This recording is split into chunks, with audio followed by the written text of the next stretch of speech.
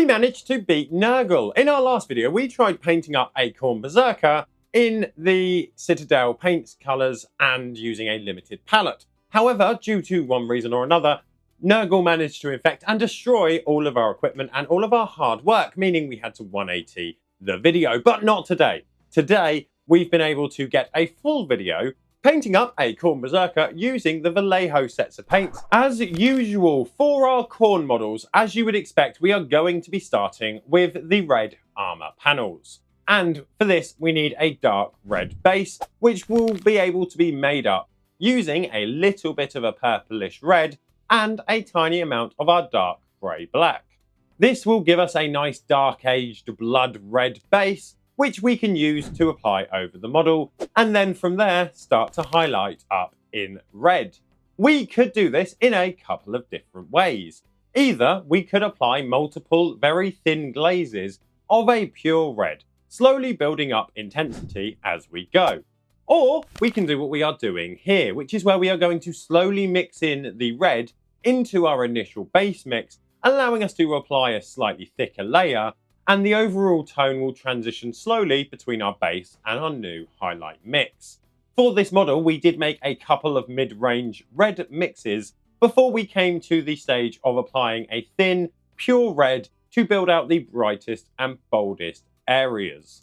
With all of this done, we can take some bright yellow, mix a small touch of this into our red, giving us a slightly pale red, which can be used to edge highlight all of the armour. When we're mixing up our red and our yellow, we need to be careful not to apply too much of the yellow, because then our red and yellow mix is going to be distinctly orange as opposed to a slightly brighter red, which is what we're intending for with this mix.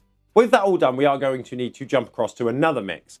Here, we are going to be keeping the yellow out, but instead of using the red, which we used earlier, we're going to be chucking in some purple and using this mix, and then potentially a little bit of the black grey if we need it later on. For our Berserkers here, we are going for a gold style trim in a quick and dirty non-metallic metal. We first need to base coat all of the trim in a brown, and we can do this by mixing a yellow and a purple together.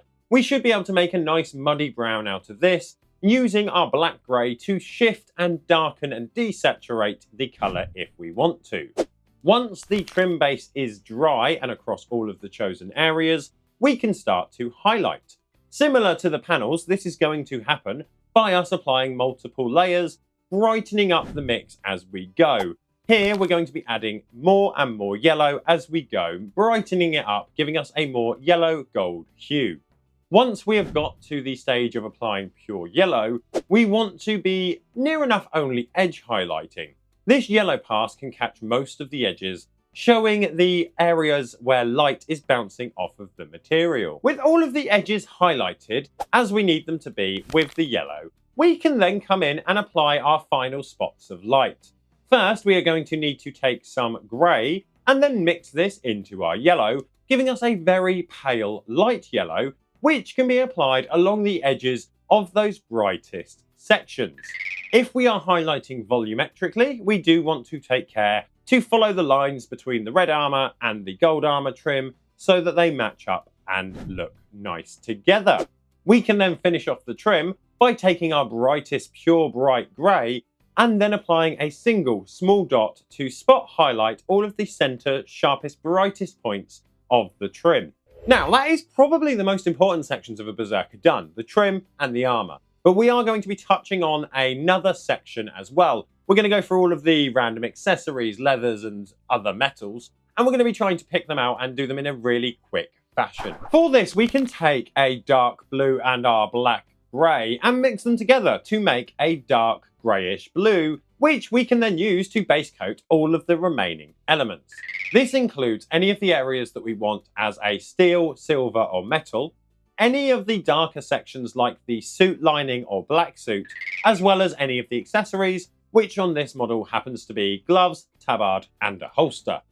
The only other areas after this will be things like the skulls, as well as the specific elements that we are painting green in order to match with the rest of the models we've painted. In this case, grenades and plasma pistols. With all of these based, we can now start to throw down some highlights. Any of the areas that we want to read as black, we can go through giving a quick highlight using our base colour with some pale grey mixed in. Then we can wash them down with a thinned black wash that we'll make from our black grey. Whereas for the metals, we're going to do the same highlight, except instead of applying a wash to darken it back down, we are going to go a little bit further, taking our grey, whitish blue highlight colour, going as bright as we can, and going around and spot highlighting all of these areas using that pale blue-grey. So that we can add a little bit of variance across the model, we are going to be highlighting the holster and the gloves in the direction of green rather than the pale grey that we did for all of the blacks. In order to do this, we need to take our base coat and then add in a little bit of a dark mid-green, giving us a complementary colour suitably spread across the model as we go around and highlight all of these sections. These green leathers will then need to get a quick highlight, and in order to do this, we're going to take the original colour that we mixed, so our dark grey mixed in with our green, and then we're going to add a little bit of yellow to that, giving us a stronger, brighter, venomous green that we can use to highlight those areas. It's probably worth pointing out there are a couple bits, things like the plasma pistol and the grenades. We painted these up in green, and we use the same green as the second stage of painting up the various green elements on the rest of the model, so the gloves and things like that. Then, from there, we applied a black wash, the same black wash as we did on all of the black elements, and then if we want to, we can re-highlight it back up. But that essentially covers off all of the small elements, meaning we can jump back. This brings us to the point where we can take all of the pieces of our Berserker and glue them together, giving us a finished Vallejo Berserker. And I've actually quite enjoyed this process. This is now the third one in this series of painting Berserkers using completely different paint ranges. Obviously, we have Vallejo. We have the Cursed episode, which is essentially the Citadel paint range, where the entire footage got corrupted. And that was quite depressing, but we've done that one. And the first one that kicked off the kind of entire thing, which is the Scale 75 painted guy.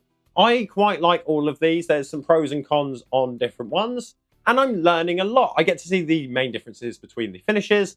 And for you guys, obviously, if you have a particular paint range, I'm going to have various different similar recipes so that you can get to wherever you want to using those paints. Now, I like how these have come out, but you may be a little bit bored of Khorne and some Berserkers. So what instead I've got here is a selection of videos for the other Chaos Gods, as well as a Chaos Undivided paint scheme. And if you want to check those out, click them now. Otherwise, do remember to subscribe so that we can see you next time.